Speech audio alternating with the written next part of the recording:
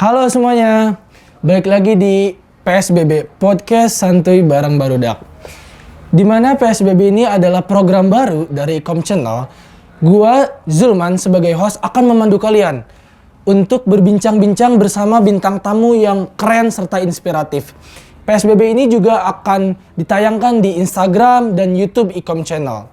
By the way, kita sudah menerapkan protokol kesehatan, jaga jarak, serta tes rapid antigen di bawah. Jadi, gue udah boleh buka masker.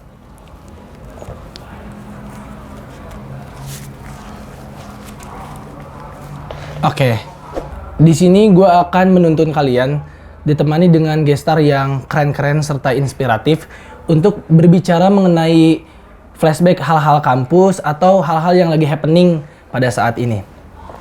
Tentunya namanya ngobrol, podcast itu nggak sendirian. Kalau sendirian gue agak gimana gitu ya, sakit berarti kan. Episode pertama ini gue ditemenin sama seorang perempuan yang multi talenta serta mandiri. Langsung aja gue kenalin sama kalian, Kania Alma Tiara.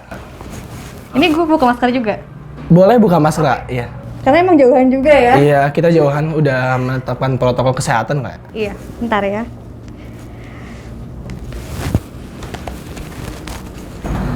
Oke. Kania sehat? Alhamdulillah sehat banget. Gimana kabarnya, sehat? Alhamdulillah sehat. Kania ini sekarang seorang konsultan, seorang gamers, terus lagi S2 juga. Kita nggak bakal bahas panjang-panjang lah ya, kita santai-santai dulu aja. Kania, kenalin dong, Kania itu dari Telkom University dan bagaimana bisa terjun ke dunia IT, coba. Oke, jadi aku kenalin dulu kali ya. Aku lihat kamera nggak sih? Iya, boleh. Oke. Halo, aku Kania, nama lengkapnya Kania Alma Tiara. Kalian juga bisa cek di Instagram aku juga, ada Kania Alma. Terus aku biasa dipanggil Kania. Untuk pekerjaan sekarang, aku adalah seorang konsultan di perusahaan IT. Nah, gue tuh konsultan SAP namanya, gitu salah satu sistem enterprise. Nah, terus kegiatan gue selain jadi konsultan, gue juga seorang game live streamer sama lagi ngejalanin S2. Nah, kebetulan S2 gue itu di jurusan manajemen sistem informasi. Gitu. Lu FEB berarti kan ya? Iya, gue dulu FEB. Oh iya, gue alumni ICT juga tahun 2016. Ya, berarti hai anak-anak Telkom ini alumni FEB nih. Kania kan basicnya anak FEB yang mostly belajar tentang bisnis, gimana di FEB itu jauh lah dari IT, meskipun nggak jauh-jauh banget gitu. Ada matkul-matkul yang serumpun sama IT. Gimana ceritanya Kania sekarang jadi karyawan IT gitu? Oke. Jadi kalau misalkan gue bisa bilang, keuntungan dari kuliah di Telkom University salah satunya tuh dia banyak banget ngasih jurusan yang dia tuh nggak cuma fokus di satu bidang. Nah, yang gue jurusan gue itu kan di International ICT Business, di mana itu ada kombinasi antara bisnis, manajemen dan juga penerapan IT. Sebenarnya nggak jauh-jauh banget sama yang gue lakukan, tapi untuk sistem tekniknya tuh emang jauh banget karena gue bener-bener belajar kayak anak-anak sistem informasi sama anak teknik industri yang bener-bener pure teknik banget kan. Nah, tapi untungnya adalah yang gue rasakan di Telkom tuh sangat kreatif banget ya. Jadi manajemen nggak pure manajemen, gue belajar gitu cara bikin startup, gue belajar buat ngoding-ngoding walaupun cuma sedikit sih, nggak banyak. Tapi jadinya nggak terlalu awam gitu, nggak far banget, jadi nggak buta banget lah. Apalagi sekarang kan teknologi benar-benar digunain di mana-mana kan. Apalagi startup berbasis IT itu udah di mana-mana banget, udah kayak hal yang sangat-sangat umum. Nah, tapi kenapa sih Kania bisa terjun ke dunia ini? Ini tuh lucu sih sebenarnya. Jadi kalau lu tahu pepatah ya, kalau lu benci sesuatu, biasanya itu yang akan jadi tujuan. Asli, iya. Jadi gue benci banget dulu sama yang namanya ITE, sumpah. Karena ngoding-ngoding ngerti nggak sih kayak gue pernah tuh ya, jadi lagi di lab. Dosennya tuh emang pembawaannya boring sih, keadaannya emang kayak kurang asik gitu. Dia ngomonginnya kode-kode yang udah kayak gue nggak ngerti gitu kan. Gue nyeletuk ke temen gue ngomong gini, Sumpah ini gue ngelihat kayak gini, gue nggak mau ya terjun ke dunia IT. Pekerjaan gue nggak boleh IT. Taunya gue sekarang jadi IT consultant. Lucu kan? Minum ludah sendiri ya. Emang kayak gitu kan. Itu aneh banget gitu. Kayaknya. Terus kakaknya ini selain IT, ada juga di bio-nya ya. By the way, kalian harus cek IG-nya karena followersnya di atas 10.000. Gila. Gimana sih rasanya punya followers di atas 10.000? Bisa swipe up ya? Swipe up. Swipe up ya? Ya itu dulu suka dibully tuh sama orang-orang gara-gara swipe up katanya sombong. Padahal emang bisa aja ya digunakan aja nggak sih? Berarti jatuhnya Kania ini selebgram atau konten kreator nih? Enggak lah, selebgram jauh banget. Masih jauh ya, tapi nanti pengen? Gimana ya? Kalau kata gue sih, gue lebih kepengen jadi orang yang impactful. Kalau misalkan dengan apa yang gue lakukan sekarang dengan followers gue dan itu misalkan membuat gue untuk menjadi seorang selebgram nantinya gitu, dan itu bisa menjadi sarana buat gue lebih impactful, inspiring others, ya gue mau. Tapi tujuannya apa dulu? Kalau misalkan gue cuman pengen cari fame-nya doang, sensasi doang, gue nggak mau. Gue pengen yang lebih positif. Iya, soalnya sekarang itu banyak selebgram yang terkenal ya gara-gara hal-hal negatif lah istilahnya kayak gitu ya, bad influence ya. Iya. Jadi kalau gue sih memang nggak pernah mau bukan nggak pernah mau terkenal. Semua orang pasti pengen fame lah, karena fame itu pasti dia memberikan banyak kemudahan buat lu. Dia memberikan banyak sarana buat lu, bener dong. At least orang mau kenalan sama lu, misalkan nggak usah gitu deh. HR begitu ngelihat Instagram lu, terus tahu lu followersnya banyak, misalkan, terus lu juga orangnya positif, pasti mereka juga ada nilai plus. Hal-hal kayak gitu loh. Jadi menurut gue ya semua orang pasti pengen famous, tapi lihat dulu famousnya kayak apa. Kalau famousnya cuma karena negatif itu nggak akan lama. Ya lu cuma terkenal karena hal buruk. Sensasi ya. Sensasi. Kedepannya apa? Apa yang lu dapat dari hal yang buruk itu bukan investasi. Tapi kalau misalnya lu terkenal karena hal yang baik, itu akan jadi investasi buat lu. Karena investasi terbaik tuh di sini kan ya. Iya benar banget. Nggak, tapi di sini juga kalau nggak disalurin buat apa? Iya benar. Kita harus impactful gitu. Buat membawa orang lebih baik lagi lah ya. Gue juga lihat di konten-konten lu kayak Instastory, terus kayak feed lu tuh mostly pertanyaan-pertanyaan gitu, Q&A, lu buka Q&A tentang kerjaan, tentang kuliah. Gue juga lihat dan lu ngejawabnya itu kena banget. Lu udah influencer banget sih, parah men. Iya kah? Iya asli. Terus gue nggak ngerasa gitu sih sebenarnya. Emang biasanya orang yang kayak gitu nggak ngerasa kayak gitu, iya kan? Terus ngomongin Instagram ya, berarti kan lu ngikutin sosial media ini dari awal. Lu dari Facebook kah? Gua tuh kalau misal sosial media pertama pasti Facebook dong, zaman-zaman SD, zaman-zamannya alay gitu kan. Iya. Tapi kalau Instagram sebenarnya gue dari SMP sih mainnya, cuman SMP kayak belum ngerti apa-apa, Instagram posting aja gitu kan. Nah, tapi kalau misalnya aktif buat kalau tujuan gue tuh emang gue punya slogan sih. Slogan gue tuh adalah aspire, perspire to inspire. Dimana gue emang pengen banget nginspirasi orang dengan cara apapun yang gue lakukan gitu ya, semoga itu memberikan positif kan. Nah, gue baru aktif di bagian itu tuh ketika gue kuliah sebenarnya. Nah, hal yang pertama kali gue campaignin sebenarnya banyaknya adalah di bullying gitu sih. Iya, kalau sekarang di IG juga banyak, kalau misalnya kita lihat nih IG artis gitu, banyak orang-orang yang hate. Karena sebenarnya ya kita nggak bisa nutup mulut mereka, kita bisa tutup telinga gitu kan. Gue juga bisa ngomong kayak gini, tapi nggak bisa mempraktekkan. Coba dong, Kania kan lebih banyak punya nih followers. Lu gimana sih cara nanggepin orang-orang yang nge-hate lu? Oke, gue nggak bisa bilang kalau nggak ada yang nge-hate gue. Gue rasa orang-orang pasti ada aja hatersnya kan. I mean kayak mau lu se-famous apa, mau lu nggak famous sama sekali, pasti ada aja orang yang nggak suka sama lu. Ya nggak tahu kenapa gitu. Kadang kalau gue sendiri sih sampai saat ini gue merasa gue hampir nggak pernah nggak suka sama orang. Gue sumpah gue nggak pernah ada niat jahat sama orang. Gue nggak ada kepengen orang lain sedih gitu, nggak kepengen. Walaupun orang itu benci sama gue gitu ya. Mungkin itu adalah efek karena gue disakitin sama orang berkali-kali gitu ya. Nah, kalau bullying gue dari zaman SD sebenarnya gue udah dibully. Dibully kenapa? Ya. Jadi sebenarnya kalau SD emang kelakuan gue emang agak aneh sih, gue akuin. Jadi gue tuh emang anaknya nyeleneh banget. Nyeleneh itu gimana? Iya, kalau cewek pada umumnya dia harusnya anak yang kalem gimana gitu. Gue tuh anak barbar waktu SD. Barbar ya? Iya, barbar banget. Nah mungkin, tapi itu kan hal yang negatif. Jadi orang nggak suka sama gue. Itu gue kayak, gue baru tahu orang nggak suka sama gue karena gue kayak gini sifatnya gitu kan.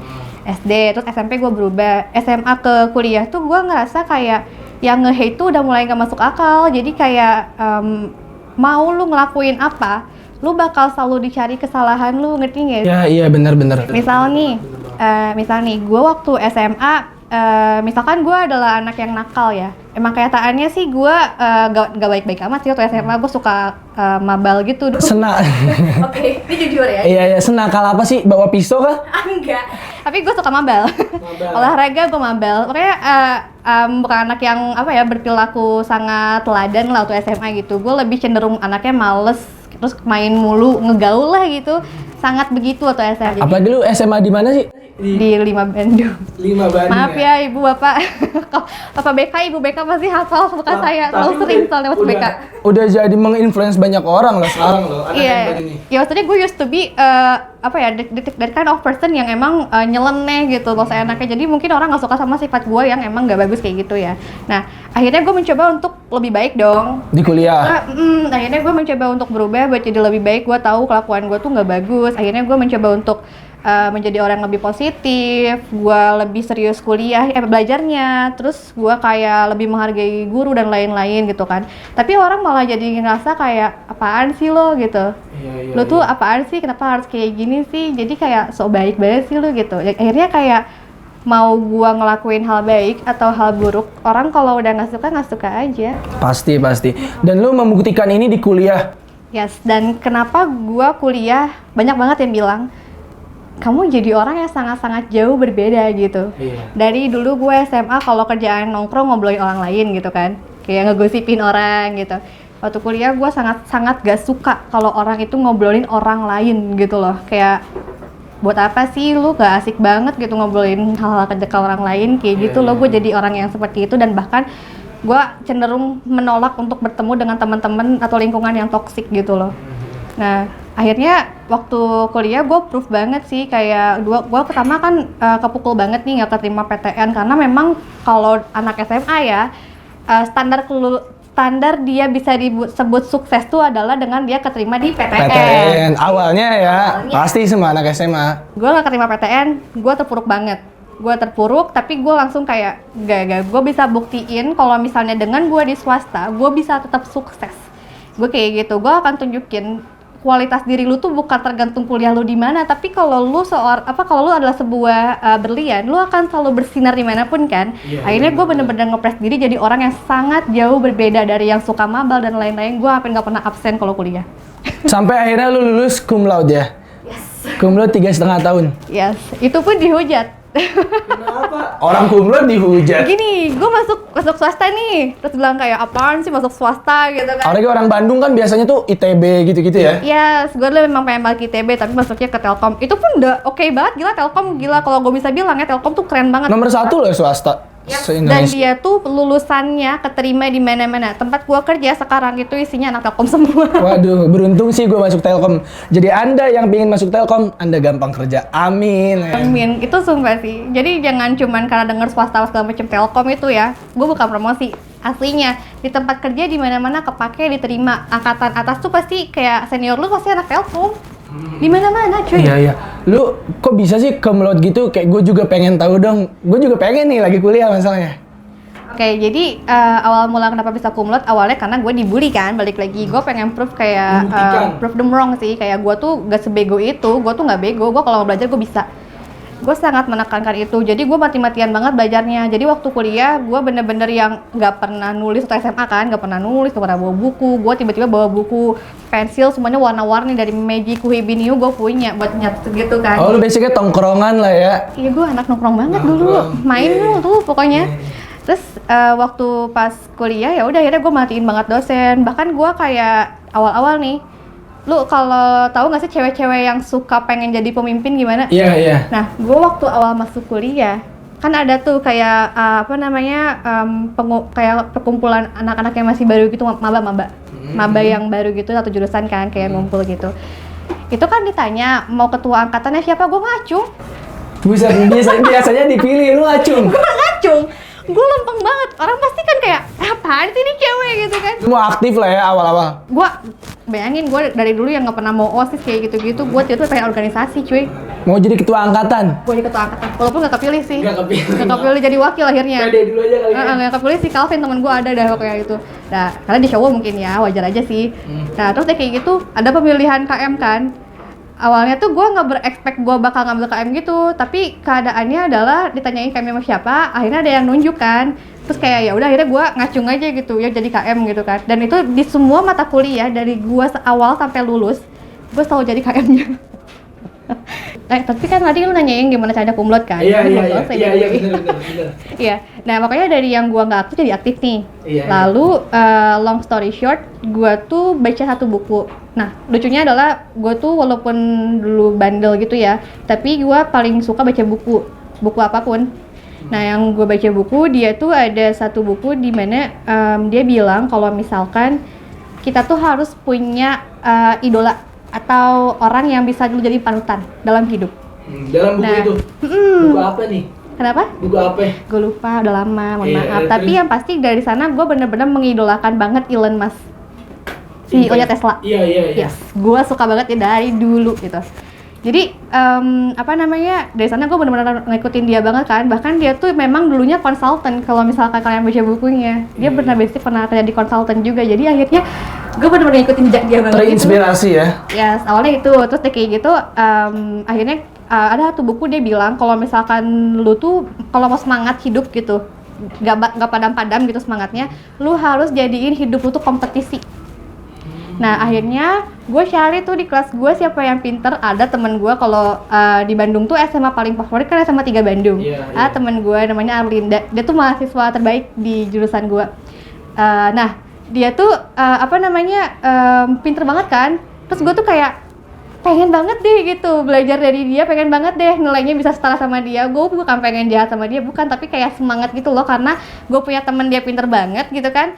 Jadi kayak kebawa pinter akhirnya gitu. Jadi kalau dia dapat nilai berapa misalkan gitu, gue tuh kayak gue nggak boleh jauh dari dia. Nah, karena gue menjadikan itu kompetisi buat diri gue sendiri, akhirnya gue bisa nggak jauh dari dia gitu dan mendapatkan cum laude. Gitu. Jadi yang paling penting adalah lu harus cari orang yang bisa pantas buat lu jadiin kompetisi gitu loh. Tapi bukan berarti musuhan, gue sebenarnya sahabat. Iya benar. Ya karena kita hidup ini kompetisi sih, tidak bisa kita pungkiri. Gue juga percaya, gue pernah tuh ngelihat salah satu program TV di mana gitu, ada orang narasumber ini ngomong ketika kita malas-malasan, ketika kita santai, ada orang lain yang bangun lebih awal, bangun lebih pagi untuk mengejar mimpinya. Itu gue percaya banget sih. Dari situ gue mikir, sampai kapan nih gue malas-malasan? Orang lain udah ngejar masa depan, gue masih rebahan. Meskipun kita kadang butuh ya take rest gitu buat sebentar, lalu lari lagi mengejar masa depan. Nah, gue lihat yang dari lu ini, lu bisa istilahnya ngebalik dari kehidupan lu yang basic, tongkrongan gitu, mabal, cabut-cabutan. Tahu-tahu cum laude. Jadi kalian yang suka cabut santai aja, ntar aja cum laude kayak dia. Iya kan? Iya, kalau lu emang mau berubah. Iya, kalau lu mau berubah. Balik lagi. Di kerjaan lu yang sekarang nih, lu kan seorang SIP konsultan. SIP itu apa sih? Jadi SIP itu adalah ERP. ERP itu kayak enterprise lah gitu. Jadi intinya sih kalau gue bisa ngejelasin lebih singkat ya, dia itu sistem yang terintegrasi untuk melancarkan segala urusan bisnis yang ada di kantor lah gitu. Bisnis flow-nya gitu loh. Itu saya bisa gue kasih untuk lebih simpelnya. Berarti klien-kliennya tuh perusahaan gede dong ya? Yes. Jadi gue tuh perusahaan gue nih, gue jadi konsultan di sana. Nah, gue tuh mengerjakan proyek-proyek yang ada di perusahaan lain. Nah, kayak misalkan nih proyek gue yang terbaru tuh di Astra International sama di United Tractors. Nah, gue di situ kayak membantu konsultan-konsultan yang udah senior lah ya, yang dia tuh untuk mengimplementasikan SAP terbaru namanya SAP S/4HANA. Teknik banget lah ya. Gitu. Yang pasti ada implementasi dari sistem yang lama jadi sistem yang baru deh, kayak gimana gitu. Nah, itu gue yang gue lakuin sekarang saat itu kayak gitu. Gokil, keren. Di samping kerjaan lu juga jadi live streamer, gamer. Yes. Gamer cewek ya. Itu gimana, ceritain lu hobi apa gimana? Gue dari kecil selalu main game. Dari zaman gue TK. PS1 Semua PS gue mainin. PS, Nintendo, PSP, Nintendo ya? Iya. Terus pertama kali lu dari game itu dari game apa? Lebih prefer game apa? Oke, maksudnya pertama kali gue suka game atau pertama kali gue jadi live streamer? Pertama kali suka dan lu memutuskan kayaknya gua harus live streamer deh gitu. Ini Crash Bandicoot. Crash Waktu masih kecil tapi gue gak ada live streamer dulu. Oh itu lu suka banget tuh sama itu? Gila, suka banget. Yang gua. balapan mobil juga ada kan? Iya, mobil tabrak-tabrakan. Iya, gua main, Crash gua main. Bandicoot Gua sumpah main. seru banget gila. Gua main. PS1 kan? Iya, gua main. Iya, itu. Terus gua waktu pas SMP, SMP deh, kalau di time zone ada namanya Midnight Tunes. Main nggak mobil? Oh iya, tahu gua tahu. Dia ketawa tahu ya? Tahu kan? yang ada ini MT. nih, yang Ya. kartu yang- Ada klubnya itu, gue ikutan by the way. Gue main tuh Midnight Tunes dari 3DX sampai 5DX yang terbaru. Gue main mobil, gue emang suka banget mobil. Nah, sampai akhirnya waktu gue waktu gue kuliah, gue gabung ke klub mobil. Kuliah tuh. Modif-modif mobil gitu. Buset. Walaupun masih alay sih gue. Anak otomotif ya. Asli cuy, gue aneh, makanya gue tuh kalau gue rasa ya gue kayaknya harus jadi cowok deh, bukan cewek. Karena hobinya mencelat-mencelang kemana-mana ya. Main mulu, gue hobinya ke cowok-cowokan. Gue sukanya yang barber gitu, yang main gitu, yang cowok banget. Gue kalau orang main Barbie, gue suka Barbie sih, tapi gak asik. Barbie-nya harusnya Barbie yang barber, ya Barbie-nya perang-perangan. Barbie yang botak ya, lu seneng ya. Juga sih jelek banget. Barbie-nya perang-perangan main pistol seru banget kan. Iya. Dulu gitu. Nah, terus waktu pas kalau live streaming yang paling yang bikin nggak bikin nama gue besar sih, tapi lumayan lah ya. Gue kayak cuman 2 bulan gitu kayak followers gue nyampe 1000 berapa gitu di Nimo. Itu pun nggak gampang. Nimo TV. Nimo TV. Iya. Nah, gue tuh besarnya di Mobile Legend. ML. Iya. Make apa Kagura ya? Kok tahu sih? Gua lihat soalnya. Lu lihat profil gua? Iya. Gua lihat lu ngomongin tentang skin or skill. Ada tuh temen gua nih kerjanya beli skin, baik. Dikasih orang tuanya nih 1 juta beli skin. Sampai habis berapa juta dia beli skin. Skillnya gitu-gitu aja. Nah, pas banget gua lihat profil lu, skin or skill. Nah, lu pakai Kagura. Gimana Iya, tuh gue pakai Kagura. ceritain. Gue, aduh ya ampun, sumpah. Lu tau gak sih, gue tuh ngikutin banget e-sport dari zaman season 2 sebenarnya. Season 2 Mobile Legend. Just no limit ya. No, Iksan Lemon. Oh, RRQ. RRQ. Ah. FIFA RRQ aja ya. Nggak apa-apa, RRQ masuk. Iya, gue dulu RRQ banget. Iksan Lemon gue suka banget. Dulu gue mainnya Kagura mulu, gak dia justru. Oh, iya bener dulu. Sekarang role gue malah bukan ke support, lebih ke offlaner, side laner. Sekarang metanya apa sih? Metanya tuh kalau gue sekarang lihat tetap 212 sih. Kok 212? 131. Ya Allah, itu meta kapan 212? Mohon maaf. Udah Season kacau 7 nih kali emang. ya. Ini gue ditontonin sama analis untuk pada ketawa nih. Iya, 131 sekarang itu. Jadi satu side laner kan. Tapi menurut lu itu skin or skill pentingan mana? Itu balik lagi yang tadi. Kalau gue ya skill lah ya, tapi karena skill gue nggak jago, udah skin aja nggak apa-apa. Skin. Iya, yang penting skinnya jago dulu. Skin sultan ya. Skin sultan dulu. Skin sultan dulu ya, yang penting nanti skill mah belakangan. By the way, lu habis berapa buat beli skin? Mampus gue. Ini emak gue nonton abis gue itu. Nggak apa-apa. Biar tahu, ma anaknya nih beli skin. Gue tuh sering banget, jadi gue tuh suwe ya. Jadi gue tuh suwe tuh karena gue sering banget ngedraw-draw gitu, tau gak sih, yang kalau lagi ada event. Oh iya, tahu. Jadi gue tuh habis di event duitnya bukan beli beli skin yang di shop, bukan. Gue ngedraw gitu tapi dapet skinnya yang jelek-jelek coy. Ya Nggak puas lah ya. sekali draw 12.000 diamond berapa sih? 12.000 diamond tuh berapa ya? Udah jangan disebutin. Berapa ribu ja? Sekian. Iya, tapi itu pun banyak banget di support. Jadi dulu gua di Mobile Legend ya, gue punya temen banyak banget yang sultan dan sering nge-gift cuy. Jadi nge-gift skin, nge-gift diamond. Waktu pas gua lagi live streaming di Nimo juga sultan gua tuh pada kayak nge-gift itu diamond kerjaannya. Gue pengen dah. Bagi gue dong diamond. Nah, terus Tapi banyaknya gue bukan dari duit sendiri sih. gimana sih bagi waktu lu kan seorang bisa dibilang kerjaan ini gue baca-baca nih sedikit SIP konsultan ini kerjanya yang nggak simple, nggak mudah kayak kerjaan-kerjaan biasa gitu. Memang tapi emang kerjaan semuanya tuh pasti berat gitu. Tapi seorang SIP konsultan ini punya waktu yang padat. Misalkan lu bener gak sih kayak pagi sama klien ini, siang sama klien ini gitu kan. Gimana cara lu bagi waktu dengan hobi lu itu? Dengan game. Jadi sebenarnya yang paling penting adalah menentukan skala prioritas kan. Kalau gue profesional aja, prioritas gue adalah kerjaan gue. Kerjaan. Waktu gue aktif di live streaming di tahun 2020 itu bener-bener aktif karena gue belum ngambil S2. Oh. Begitu gue ngambil S2, live streaming gue harus gue korbanin. Jadi akhirnya gue berhenti dulu, pensi dulu gitu loh. Walaupun teman-teman gue banyak banget yang kapan live lagi? Kalau di Instagram gue pasti ada aja yang nanya, kapan sih live lagi? Star Syndrome lu nggak pernah live, digituin sama viewers kan? Padahal kerjaan ya. Iya digituin, tapi kalau gue bisa bilang gue cinta banget sama pekerjaan gue di streaming gitu, more than pekerjaan gue yang main karena hobi ya. Tapi balik lagi, lu harus punya skala prioritas profesional gitu. Iya. Kerjaan yang hobi yang dibayar itu menyenangkan sih. Oh, sangat lu pengen tuh kayak gitu? Cuy, gila. Gue seneng banget tuh, bayangin gue main game dapat duit cuy. Iya. Kemarin tuh emang ada duitnya sih Nimo TV ini? Ya, ada. Gue tuh bahkan masuk ke, maksudnya gue tuh ditawarin buat ikut agensi. Agensi tuh jadi kalau di Nimo tuh ada agensi namanya. Nah, agensi ini nanti dia yang ngegaji lu.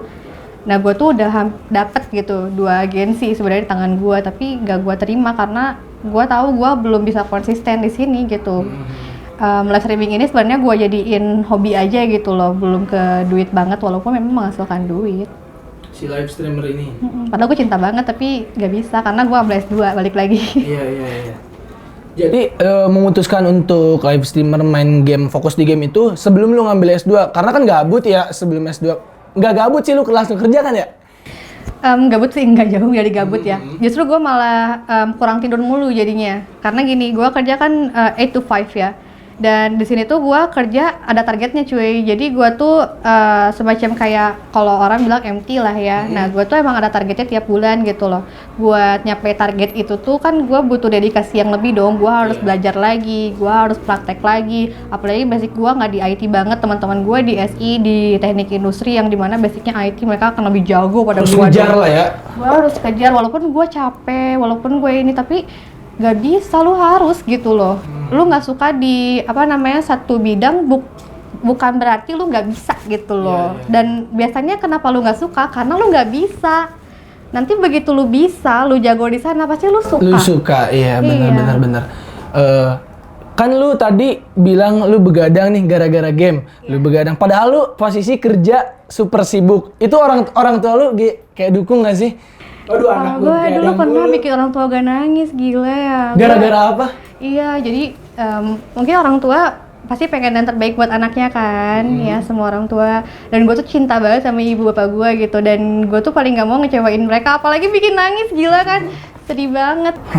Tadi cowok. Iya. Di umur yang sekarang ini, Kania apa sih keinginan yang belum tercapai gitu? Banyak banget dong, banyak banget. Gue sih intinya ya, kalau goals gue tuh gue selalu merasa bahwa hidup gue itu bukan buat gue sendiri. Gue tuh hidup untuk banyak orang. Gue ngerasa gitu. Gue ngerasa kayak kebahagiaan orang lain itu juga adalah salah satu tanggung jawab gue gitu. Termasuk terutama kebahagiaan orang tua gue. Nah, jadi tujuan gue adalah gue akan melakukan apapun yang gue rasa itu baik, halal, dan juga mendatangkan keberkahan lah dalam hidup gue untuk bisa membahagiakan orang-orang yang gue sayang gitu. Tapi nggak cuma itu aja sih, gue juga pengen jadi orang lebih impactful gitu. Bahkan gue kepikiran, tau gak sih, buat jadi dosen tiba-tiba. Walaupun kayaknya nggak cocok sih gue jadi dosen. Cocok. Terus ini lu pernah kepikiran nggak sih hidup bakal lebih menyenangkan ketika kita dapat membantu orang lain? Gue sangat memahami pedoman itu. Jadi gini, gue bukan hidup untuk mengikuti standar mereka ya atau memuaskan mereka gitu. Tapi gue lebih pengen hidup untuk orang-orang yang merasa dia butuh gue, ngerti nggak sih? Yang misalkan nih dia butuh ilmu dari gue dan lain-lain gitu. Udah gue tuh pasti bakal bantu dia secara maksimal.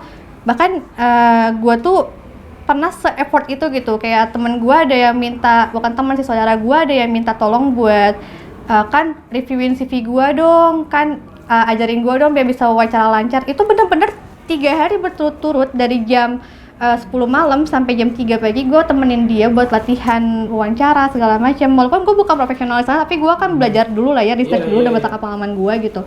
Sampai dia akhirnya bisa dapat pekerjaan itu. Itu kebanggaan tersendiri ya bagi kita ya. Gue nggak butuh dia terima kasih ke gue sampai gimana, enggak. Tapi gue ngeliat dia sukses, itu tuh adalah satu hal yang sangat menyenangkan buat gue. Gue tuh kalau ngelihat orang lain senang, bahagia, sukses, apalagi kalau ada bantuan dengan gue nggak minta balasan sama sekali, sumpah gue nggak minta, tapi gue pengen lihat lu hebat, gitu nggak sih? Iya, benar. Itu tuh satu hal yang sangat nagih banget, cuy. Tapi kadang ada aja temen yang udah kita bantu nih, kayaknya nggak tahu diri deh lo gitu. Kalau aku orangnya dulu aku sempat kayak gitu, pernah gitu. Jadi pamrih lah ya. Manusiawi lah ya. Yes, pamrih itu adalah hal yang manusiawi ya memang. Kadang kayak misalkan kita teman kita ulang tahun, kita kasih kado, dia nggak pernah kasih kado kita. Wah, itu ngehe sih. Tapi gini, memang dalam pepatah ada yang bilang ya, gue hafal banget, kalau misalkan kita mau ngasih itu kita nggak boleh berekspektasi buat dia ngasih balik, itu nggak boleh, cuy. Emang definisi ikhlas itu memang kunci hidup lu. Kalau emang lu pengen menemukan kedamaian dalam hidup lu, ketika lu ngelakuin hal yang baik, lu jangan berharap baik dari dia. Bener. Dan gue untuk saat ini ya masih belajar, kadang masih ada gitu kayak gitu-gitunya, tapi sampai saat ini gue udah bisa yang gue nggak ngarepin itu. Yang penting lu bahagia, lu seneng, lu nggak jadi benalu di hidup gue, itu udah oke banget, cuy. Iya. Berarti lu udah ada di tahap yang kayak gitu ya. Kalau gue masih kayak gue bantuin nih, aduh kayak lu yang nggak punya terima kasih deh gitu. Gue masih di tahap kayak gitu, manusiawi lah ya. Wajar. Parah, dilihat dari histori hidup lu nih, lu lengkap banget. Lu membuktikan dari lu anak tongkrongan, lu cum laude ya sebenarnya. Mohon maaf Bu, lu cum laude. Terus lu juga ikut lomba banyak di Telkom, lu keren banget. Terus tentang ilmu sabar, pernah disakitin, kayak hidup lu udah lengkap nih. Lu udah ada di tingkatan yang meskipun ya belum kesana, cuma at least lu udah paham menghadapi bagaimana masalah datang begitu. Pesan-pesan buat orang-orang yang lagi istilahnya lagi merintis kayak gua gitu, apa sih yang akan dihadapi nanti, dan gue bakal nemu apa aja ke depannya gitu? Kalau gue sih pesannya adalah kalian itu harus bisa nemuin kebahagiaan kalian sendiri dulu di awal. Jadi kalian harus benar-benar find your happiness, no matter orang-orang ngomongin lu di belakang, meremehkan lu. Kalau hal itu membuat lu bahagia, lu harus bahagia dengan hal itu, ngerti gak sih? Kalau sekarang nge-podcast, gue yakin pasti ada aja orang yang ngomong apaan sih? Iya. Pasti ada. Iya. Kenapa? Karena orang nggak suka malu kan, mau lu ngapa-ngapain. Nah itu tuh lu nggak boleh dengerin, lu harus tetap maju. Nah itu aja sih. Jadi kayak coba lebih mendengarkan hal-hal yang menurut lu positif. Bahkan kayak misalkan nih teman-teman sekitar lu ya ngomongin kayak lu tuh jangan kayak gini, lu diomongin sama si ini kayak gara-gara lu kayak gini, lu jangan dengerin hal-hal kayak gitu. Kalau menurut lu itu hal yang baik, tidak merugikan orang lain, lu tuh harus stick with it gitu aja, karena itu yang akan membuat lu happy gitu. Nah karena lu udah happy dengan diri lu sendiri, akhirnya lu tidak mengekspektasikan kebahagiaan dengan orang-orang sekitar lu. Karena buat apa sih kita berekspektasi gitu untuk orang lain memberikan kebahagiaan kepada kita gitu kan, dengan mengharapkan mereka yang nge-treat kita dengan baik sesuai dengan apa yang kita treat ke mereka. Itu cuman wasting time banget, karena manusia itu tidak diciptakan untuk membahagiakan orang lain dulu, harus dianya dulu sendiri baru dia bisa membagikan kebahagiaan. Intinya cari kebahagiaan sendiri ya, kebahagiaan. Termasuk pacaran juga loh. Kenapa tuh pacaran? Lu kalau misalnya pacaran sama orang, terus lu belum bisa nemuin kebahagiaan lu sendiri, akhirnya pasti lu berekspektasi dong buat pacar lu ngebahagiain lu. Misal nih, lu sekarang kuliah, capek gitu kan, tapi dengan kuliah itu tuh lu belum bahagia gitu, akhirnya lu ngeluh kan, pengennya cewek lu manjain lu kan, pengennya lu si cewek itu jadi kayak nge-treat lu segala macem, dan lu kayak nggak peduli cewek ini ada masalah apa hari itu kan. Kayak pokoknya gue lagi ada masalah, lo harusnya hibur gue dong. Nggak bisa kayak gitu ya? Nggak bisa kayak gitu. Lo kalau berhubungan sama orang tuh lo udah ketemuin kebahagiaan, lo udah bisa nge-solve problem lo sendiri, baru lo berhubungan sama orang lain. Orang itu jadi pelengkap hidup lo, bukan menjadi sesuatu yang bertanggung jawab ke atas kebahagiaan lu. Dan banyaknya pacaran tuh kayak gitu cuy, lu menuntut kebahagiaan dari orang lain. Bener pantas aja gue jomblo ya. Oke. Jadi karena Oke. By the way, thank you banget udah datang ke sini ke PSBB. Banyak banget hal yang gue pelajarin selama ngobrol sama lu gitu tentang kesabaran. Akademik mostly lu keren banget dah, nggak bisa diungkapkan gitu, lu udah keren parah. Dan yang gue lihat banget sih dari lu udah mengalami hal-hal yang dimana orang lain nggak menganggap itu penting. Kayak tadi kayak lu pernah dibully sampai ngomongin kayak gitu, tapi lu tetap kayak nggak ngehukum mereka gitu sampai jalur hukum, enggak. Kata gue itu keren banget sih, banyak perjalanan hidup yang gue bisa ambil hikmahnya dari sini. So thank you for coming sih di PSBB. Thank you banget. Gue boleh kasih pesan satu nggak sih? Boleh banget. Sebenarnya gue bukan sesuatu atau gimana ya, tapi coba deh beli sesuatu dengan restu atau ridho dari orang tua lu, terutama ibu lu. Kenapa gue bisa sampai saat ini? Gue rasa harusnya ya, dengan gue yang cuman kemampuannya begini, hidup gue yang naik turunnya gila-gilaan, gue tuh nggak bisa sampai di detik yang sesettle ini. Kalau kata gue settle banget. Begitu beres kuliah, gue langsung keterima kerja. 7 perusahaan, gue daftar 7 perusahaan manggil gue. Itu terlalu beruntung hidup gue kan, terlalu diberkati gitu. Nah, udah kayak gitu pekerjaan gue juga pekerjaan yang baik kan. Terus gue langsung dapet S2 juga. Itu tuh hal-hal yang mulus-mulus gitu loh. Dan gue rasa kalau dengan kemampuan gue doang gue nggak bisa. Nggak sanggup ya? Iya, gue rasa memang the power of my parents gitu, the prayer of my mom terutama ya. Dan ketika lo bisa ngebahagiain mereka, itulah di saat semua urusan lu benar-benar lancar. Dan kenapa gue sangat-sangat menghargai dan meninggikan ibu gua, karena gue baru tahu kalau misalkan dia setiap hari gak pernah absen buat ngedoain gue cuy. Jadi saran gue sih sekarang kalau udah nonton podcast nih ya, langsung telepon ibu lu.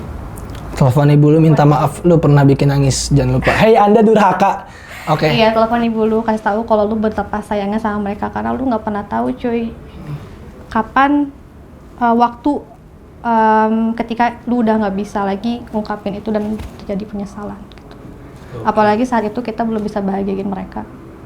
Jadi seenggaknya at least telepon, kabarin, kasih tahu kalau lu sayang banget sama dia dan minta restu untuk hal apapun, misalkan kuliah tolong dilancarin, doain aku supaya cum laude, doain aku supaya urusan aku lancar dan lain-lain. Jadi memang orang tua tuh sangat doanya tuh tanpa ijab gitu loh.